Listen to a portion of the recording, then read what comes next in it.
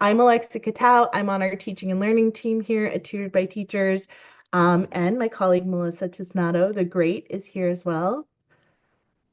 Do you want to introduce yourself real quick, Melissa? Yep, just finding the unmute button. Hi, everybody. I'm Melissa Tisnato. Nice to see familiar faces and new faces for me. I'm an engagement manager, which basically just means like a one-stop shop point of contact for you if you decide to work with us. I work with you to build the program and make sure everything rolls smoothly for your program. And my role, I'm thinking about the content and making sure that students are learning, getting the skills they need to start the next year strong. So, we are here to talk about beating the summer slide. We're just always thinking about maximizing learning time for students, but that can be easier said than done when it comes to the summertime. So, we're going to here, we'll move on through our slides. Just set the stage a little bit. And then we'll have some collaborative problem solving. We want to be a little interactive, allow you all a chance to talk to folks who may be in similar situations but different contexts than you, share some solutions, and then close out with some hopefully helpful takeaways. So we all believe that summer school should optimally be engaging, impactful, and easy to plan, right? We are, let's be real, we want to be engaging and impactful for students, but on the administrator side, sometimes it would be helpful if it was easy to plan as well. So those are kind of our guiding lights for this conversation. So we want the outcomes here to be, oh, here we'll go through them, giving you guys some actionable strategies. There are staffing and student engagement challenges when it comes to summer learning. So we're hoping to kind of talk about those, get some strategies that might be helpful overall. And we are all about targeted small group instruction here at TPT. So we're going to make some connections and hopefully get a deeper understanding of how that approach can combat summer learning loss. And altogether, get some insights into how the virtual and hybrid models might actually have a lot of impact and a minimal operational burden. That's the easy to plan part on your summer planning. So we're going to move right into collaborative problem solving, making good use of our time here. So take it away, Mel. Yeah, thanks. As Alexa mentioned before, we know that there are a lot of solutions in the room to some of the challenges we all face planning summer learning for students. So what we'd like to do now is spend a little bit of time with you all in breakout rooms, having some conversations around some common challenges and how we might be able to address them for the summer. So here are a couple that I do hear from clients pretty regularly. One is about staffing, quality teachers. Do you have folks who are around in the summer? Folks often have other commitments in the summer. Are they available? Do they need a break? Sometimes it's tough to find people who are around and willing to work in the summer. And along with that is high quality content. Who's doing the planning, right? Is that something additional that teachers need to plan? Do you need to purchase something? Where is that coming from? Another big one, of course, is just logistics and implementation. Do you have space? Is there transportation? Can families commit to the schedule for the summer? How do we make sure that students can be there for the instruction? Another one is funding. That's kind of self-explanatory, right? I mean, that's a all-year battle in every semester, every season. How are we going to pay for this learning that we know our students need? And then the other one is just student engagement and joy, right? We know they're children and we want to meet them as human beings. So can we promote them having fun and diving into learning and enjoying the summer and not making it seem like a burden or a punishment or something that takes away from just all the things that's great about being a kid in the summer. And these are just a couple that we hear about frequently. We know that there are a lot of others probably on your mind, especially in your specific roles, in your districts. So just be thinking about what are some of the challenges that you particularly face for your students, for your context, when you're thinking about planning summer learning. So we're going to move into some collaborative work time, as I said, in breakout rooms. The guidelines are on the slide here. Think of one challenge that may be top of mind for you. When you join your breakout room, you'll kind of just come to a consensus of something that's bubbling up for, sense of the group. What's a challenge you'd like to tackle? discuss and share some solutions, strategize with each other. And we'd love for you all to take some notes. We're going to have a slide for you so that we can come back together after and share some ideas um, when we return to the whole group. Here are some questions to consider. They will be on your note-taking slide. And again, let the conversation go where it goes. You all know what you need to talk about, follow those strategies and ideas. But just some of the ideas you may consider as you're thinking and answering, what have you already tried in past years to address this challenge? What are you planning for this summer? Do you have some new tools in your toolkit that you want to try? Which barriers are the trickiest? What are some things that are easy to tackle? And then what are the really big ones?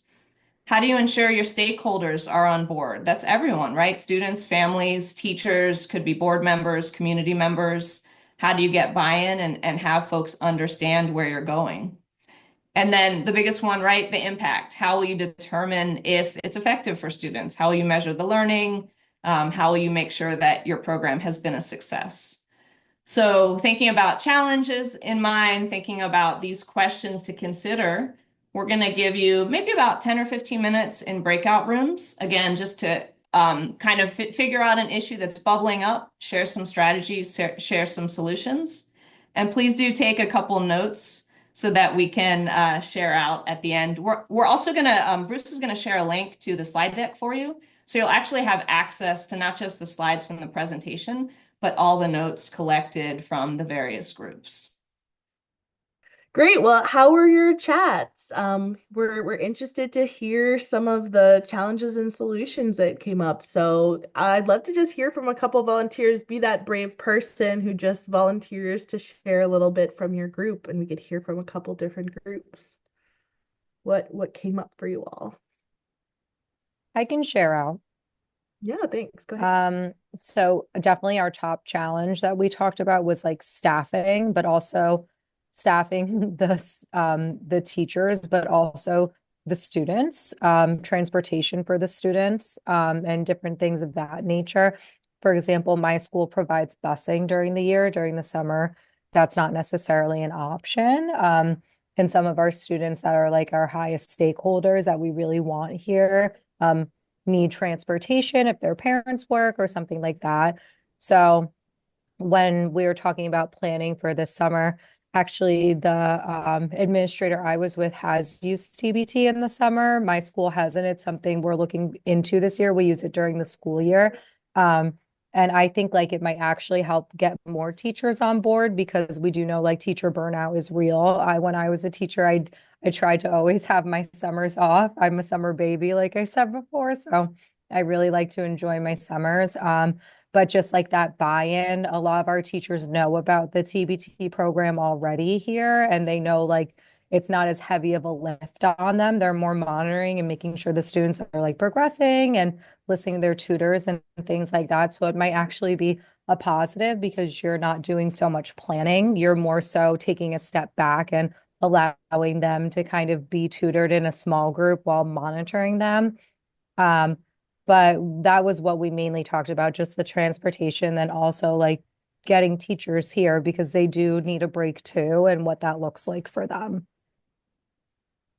Absolutely. Another volunteer? I can share. We're Yeah, go group ahead. we're group 7, so I made a new slide. Oh, nice. Thank you. Unless we were supposed to be 6.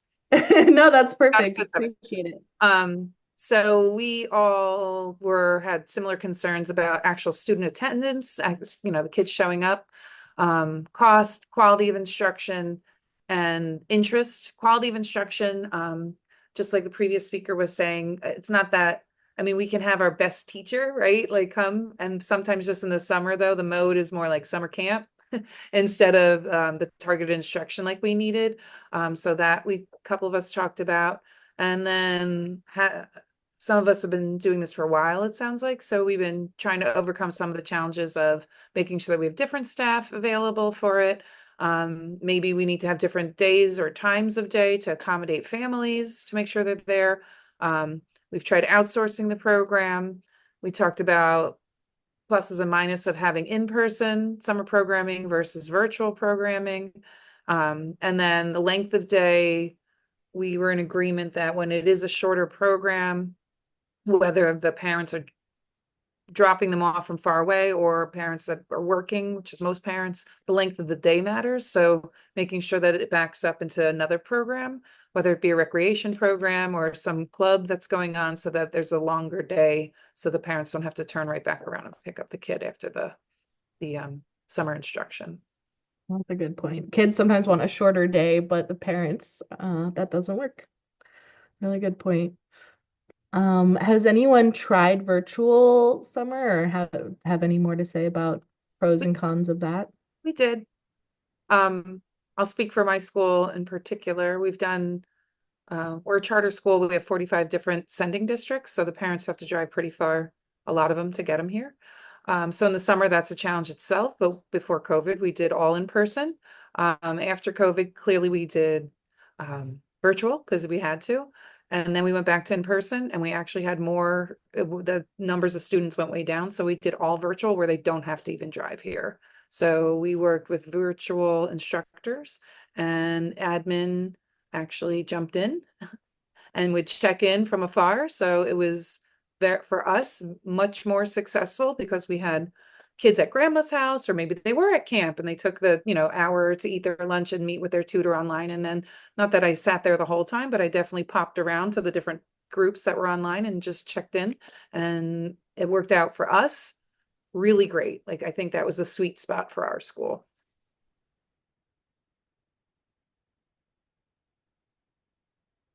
I'm doing a little wait time in case one more person wants to chime in. I can go. We were group 4. Thanks, Melissa. Nice to see Yeah, you. no problem. And we've updated it a little bit since you shared the presentation. So Um, okay. Yeah, there oh, we yeah. go. Thank you. So hi everyone, my name is Melissa Whitaker. I am Director of Internal Programs at Foundation Academy in Trenton. And so far this year we've utilized TBT during our intervention block. For the summer, we share a lot of the same barriers that have already been spoken about here, so I won't rehash, but in terms of how, like what we're planning for the summer and ways that we have addressed some of the barriers that we've seen historically. We've focused very intentionally on students identified in our iReady data. So we use iReady throughout the year to gauge student progress and progress toward grade level proficiency. And so for the summer this year, what we're planning to do is use Summer Academy as a training opportunity for our assistant teachers and peer tutors. I think one of the barriers that just to instruction in general right now for us is gaps in the talent pipeline. It's been very, very hard to find highly qualified teachers, especially after the pandemic, who are committed to doing this work. And so one of the ways that we're trying to combat that is by bringing in more assistant teachers and sort of we're internally calling it grow your own, right? We're trying to bolster our talent pipeline and create opportunities for people to be invested in our kids so that they want to stay and can become really, really good, strong instructors. And then the other thing I think that we are starting to do is because our network is K-12, we've recently started a peer tutoring program. So in the state of New Jersey, it's a graduation requirement that students have to have a certain number of community service hours. And so one of the opportunities that we're offering to our juniors and seniors who are reaching the end and haven't necessarily fulfilled their credit hours yet, we're giving them the opportunity to earn those hours with us as peer tutors.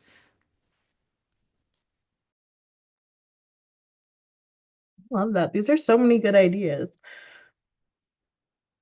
Great. All right. Well, we have some slides, but what I love about this share out is there are just so many ideas that you all, as passionate and committed educators, are already planning, thinking through, trying, iterating on. So I hope that like having this opportunity to connect with other minds working through the same similar challenges is helping percolate some of those ideas for you. We want you to find whatever solution works best for you, whether or not like whatever that may be. We have pre-populated some ideas, but I think I love the ones we've heard so far. So we'll go through them. We'll also share a little bit about how we at Tutored by Teachers address some of these challenges, but Just know we're just sharing it to have it as an option or an arsenal in your arsenal of potential strategies. So we'll just pop through those, but I love everything we've heard so far. And if something comes up that's relevant, feel free to come off mute and add your thought or raise your hand. That'd be great. So hold on, let me just drink my water real quick. I think staffing quality teachers was a huge one. I think if we were all in education, we have been teachers who, like Christine said, want to take our break. We deserve a break. We work really hard and we will come back stronger in the fall if we had that break. So it's really hard to find teachers who can commit. Sometimes they can commit to part of the summer, but committing to the whole thing is hard because they might have vacations and things like that. So how can you staff quality teachers? We thought maybe some of the possible solutions are things like incentivizing them a little bit more. Sometimes that's through pay. Sometimes that's through, changing the schedule up to make it feel more lightweight to them. Those are some things that you might be trying to think about to get them to sign up. Or hiring non-instructional staff. That is an option some people go for. But then there's the piece about, well, what about the instructional component? So how do you know, supplement the instructional piece there? Some folks also use like a learning software. I heard that in my group as like, well, we have this curriculum, maybe we'll send it home, maybe they'll come into the building and just go on this adaptive software. That could work for many students, but it lacks that live instructional piece, right? So that doesn't work for all students per se. Um, all right, I think that's so. What we do as Tutored by Teachers is we do have a summer academy offering. It's all the greatest qualities of our high dosage tutoring, but in summer, and we have a curriculum that's actually aligned to the high priority standards of the year they just finished. And so, what we like about this approach is that we can bring high quality instructors right into your existing summer school day. So let's say you went the option of hiring non-instructional staff. Maybe even it's a extracurricular kind of summer school focus with arts and sports and things. You could have those folks be room monitors, and we bring our pool of, I think we have over 6,000 certified experienced teachers. We're really picky. We only hire like less than 8% of applicants. So we have this pool of experts who can just pop right in for the instructional portion of your day and have that part be really high quality for your students, without necessarily needing to be the person that's there in person all day every day, or if it's a virtual program, right, bringing them right to your students' homes. So that's one way we really, it's in our name, Tutored by Teachers, and it gives your hardworking teachers a break if that's your main challenge. We did, in case you don't know about Tutored by Teachers, I think a lot of folks on this call do, or you even work with us, which is great. But we are a high dosage tutoring company that's outcomes focused and standards aligned. So for summer, that means those highest priority skills of the year they just finished. We have had our experts map those out and create engaging curriculum to ensure that they are mastering those priority standards from that year to start the next year strong. They're going to get a consistent and experienced educator working with them live every single session that's scheduled ahead in small groups. So they get that personalized, responsive instruction. So if you're new to us and you just signed up, there's a little visual there of what it can look like. That happens to be in a classroom setting, but it looks the same when they're logging in from home as well. I love these. They're elementary students. They're very interactive, very expressive. So the second challenge, I just wanted to take that break, to make sure everyone knew about TBT and what we do. High quality content for instruction. That was another challenge that folks brought up. How do you ensure that what they're getting is targeted and it doesn't just feel like because it's summer, we're not targeting the skills we need? That's where summer slide really comes in. It's about if you're not practicing the skills as a student, you might be not only stagnating, but maybe even losing some of the proficiency that you gained in the school year, right? That's been shown in studies.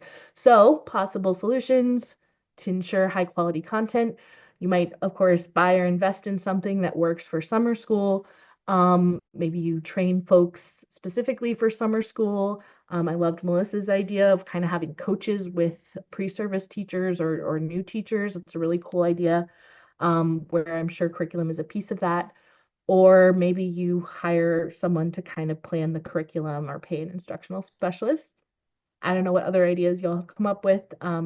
But as I mentioned, our summer academy has been created by experts to focus on those priority skills. It's about 3 priority skills per grade. Um, Really intentional curriculum with engaging strategies, and that includes foundational literacy in grades K through 2 or any grade who needs that based on the data.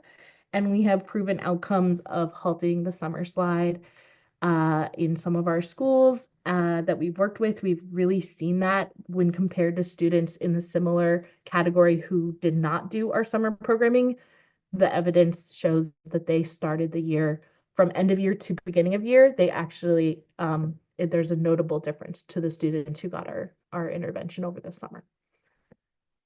And oh, I wanted to mention we have our summer academy. That's like our math and ELA core content, grade level content, but we also can target special populations, special education. Sometimes you need extended school year offerings. For high schoolers, SAT prep is a big offering that we can extend into the summer, or ACT if that's in your region of the country, or English language learners. Great.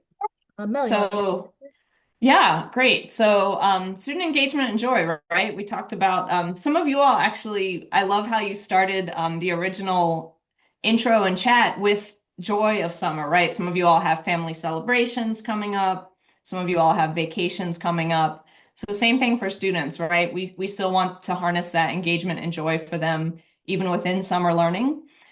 So some of the things we've heard from clients in the past is, taking a whole child approach. I think, Jen, you mentioned something like having other things happening in the day. So some folks layer in instruction within other programs that they have in the day. There's breakfast and lunch, there's PE, there's some other things happening for students besides just instruction. Let me say academic instruction. And within that, maybe opportunities for student choice. So things like there may be a couple enrichment sessions that could be offered that students can choose from. Those are some things we've heard of folks doing to make the summer, just more engaging for students while they're participating in that learning as well. And another one is just incentives, right? Whether that's something like popsicles on Friday, days. Sometimes we hear about folks doing things like random gift card drawings, just some things to kind of sweeten the pot a little bit for students and families who, again, are giving up a little of their summertime in order to, get the learning that they need.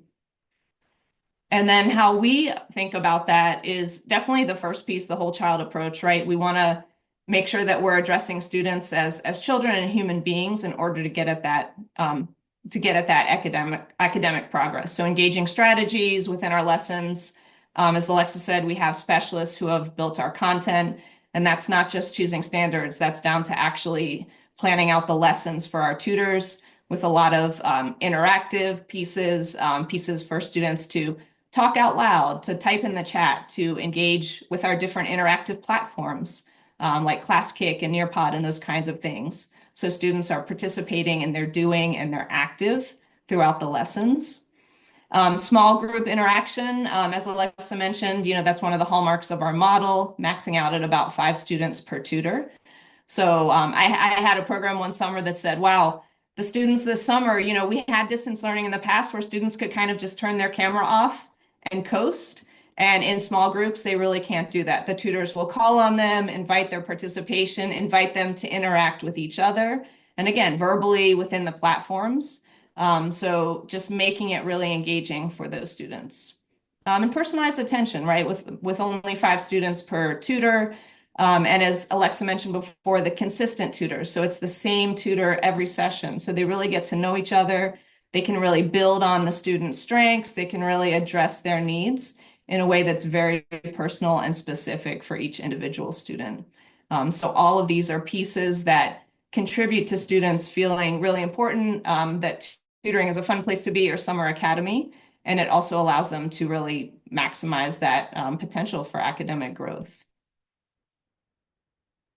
And then I think the final challenge is, just kind of the nitty-gritty things, the details, logistics, and implementation.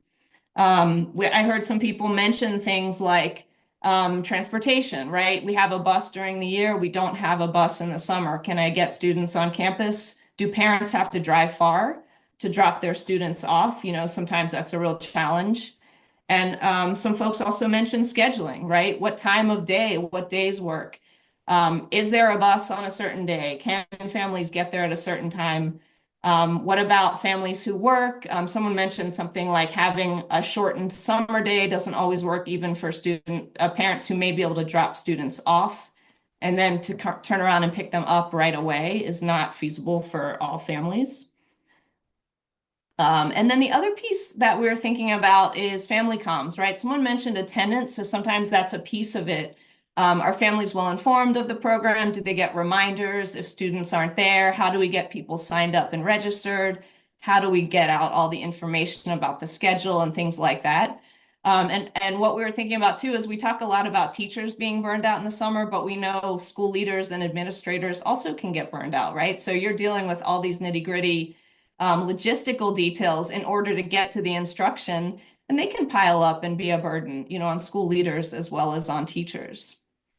So some of the things that we offer as solutions to some of these logistical challenge, of course, flexible schedules. Because we are online, it allows us to offer a variety of schedules, whether that's within one program, we can have a morning or an afternoon session. We've had programs where we had 3 different time sessions that families could choose from, so it can meet scheduling needs of the school, it can meet scheduling needs of the families. And location can be flexible as well, right? We can be on campus, so students can be, like Alexa said, maybe students are being supervised by non-instructional staff who may be more available in the summer. So they have some other programs going on, they have some of those enrichment things going on during the day, and then they can sit down for an instructional period with our expert teacher tutors. They can log in from home. Maybe we don't have space and time and transportation to get students on campus in the summer, so we can offer an at-home program. Hybrid, maybe we have both. I did have a program one summer where most of the students were on campus and there was a small amount who weren't able to get there. So they would log in at the same time. So the sessions were at the same time. The students were all meeting with their peers and their tutors. Most of the students were logging in from campus and some of the students were logging in from home. Someone mentioned, what if the student's at grandma's house for the summer? I've had folks logging in from a summer daycare program. So that flexibility can be a real boon in the summer. And the last piece is we can support with registration and comms, depending on what type of program. And even in terms of like attendance comms, reminding folks about attendance, making sure they have links, tracking that attendance, and making sure we flag any issues we might need to, support with. So just keeping track of, again, not just that students are registered for summer, but that they're actually attending and benefiting from the instruction. So those are just some of the ways that we can support with those nitty-gritty detail challenges that we can face in the summer sometimes. Yeah, and Melissa's actually, as an engagement manager, the one who is always there supporting each client and making sure everything is going to plan. So it's like having almost an administrator on your team to delegate to on your end, which is great because she's so on top of it, and all of our engagement managers are. Awesome. Thanks. Yeah, that's a good point. And Alexa, I think you're going to now talk about, we have some friends on the call who have worked with us in the summer, and we have some actually, exciting results to share. We have a few folks. I talked with Megan at Unity Charter who worked with us over the summer. We see a lot of our partners here, which is great. We did know that a lot of folks were logging in from Metro Nashville, and we wanted to actually spotlight because we had been working on kind of the outcomes of this one, but we did a big program last summer, summer 2024, with our Metro Nashville partners, and it was specifically around 3rd grade reading fluency because this might be something on certain states' minds, but there are sometimes is legislation around, I think especially around 3rd grade or upper elementary literacy, where there might be a certain threshold students have to pass on certain state tests, and if they don't, there's a danger of retention. And we want to offer something over the summer to really boost those students and give them a chance to meet that threshold. So we did that with Metro Nashville, specifically focusing on third grade reading fluency. It was really great. We focused on key literacy and reading skills. So that was foundational literacy for some students based on their data. They had gaps below third grade. No amount of just read a passage and do main idea and details is going to help if a student has huge gaps in decoding, right? So we were able to support those students with that intervention and support students who are closer to grade level with comprehension skills and really support them. And we were just looking at kind of some of those outcomes. We averaged 2 months of reading fluency growth for students who completed 10 or more sessions over the summer. Really exciting preliminary results here. We're still crunching the numbers a little bit, but that's our preliminary findings so far. And also, we looked at their growth. Yeah, we're still working on the exact percentage, but we are seeing significant growth on their end of year map scores. So that would show that from spring to fall, that's really about summer slide and stopping the summer slide, and in fact, even using that time to bolster outcomes for students. So shout out to our partners there, and honestly, all our partners I see here who've worked with us or who are just here to share really creative ways to support students over the summer. It's really exciting to see. So that's what we have planned for you all today. Thank you so much. We're here for question and answers. If folks have question and answers about what we do, you're curious, you're interested, you can stick around and ask us questions. If you're someone with a busy day and you got everything you needed, then thank you so much for coming and for being here. We really appreciate you. And we're excited to potentially continue the conversation with some of you all. So thank you so much.